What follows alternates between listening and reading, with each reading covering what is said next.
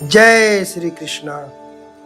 श्रीमद् भागवतम के तृतीय स्कंद के अध्याय 7 में उल्लेखित है कि जीव का कंपन चंचलता इंद्रियों के कारण होता है। चूंकि संपूर्ण भौतिक जगत इंद्र तृप्ति के निमित्त है, अतः इंद्रियां ही भौतिक कर्मों की माध्यम होती हैं और वे निश्चल आत्मा में कंपन उत्पन्न करती हैं। अतएव इन इंद्रियों को ऐसे समस्त भौतिक कार्यों से विरक्त करना होगा।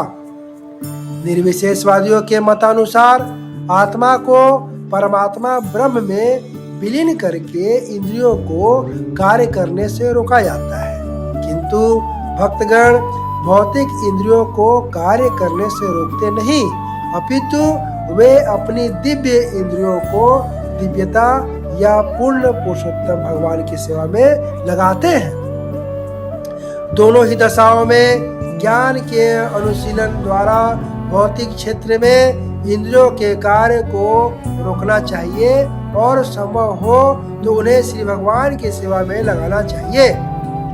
इंद्रियों का स्वभाव दिव्य है, किंतु पदार्थ द्वारा कुलसित होने पर उनके कार्य दूषित हो जाते हैं। श्रीमद् भगवद गीता 2 अध्याय 49वें श्लोक में कहा गया है कि मनुष्य तभी सारा भौतिक कार्य बंद करता है जब वह किसी श्रेष्ठतर कार्य में लगने से तुष्ट हो जाता है। चेतना स्वभावतः सक्रिय होती है और काम करने से उसे रोका नहीं जा सकता।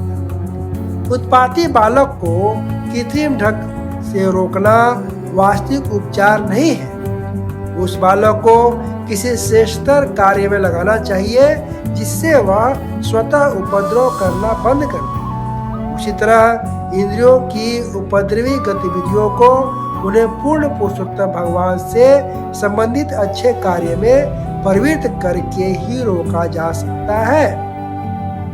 जब आंख श्री भगवान के सुंदर रूप को देखने, जीभ प्रसाद का आस्वादन करने, कान उनकी महिमा को सुनने, हाथ श्री भगवान का मंदिर बुहारने, पांव उनके मंदिरों तक जाने में व्यस्त रहेंगे, अर्थात जब सारी इंद्रियां विविध दिव्य कर्मों में लगी रहेगी, तभी दिव्य इंद्रियां लिप्त हो सकेंगी और भौतिक कार्य से शाश्वत रूप से मुक्त हो जाएगी।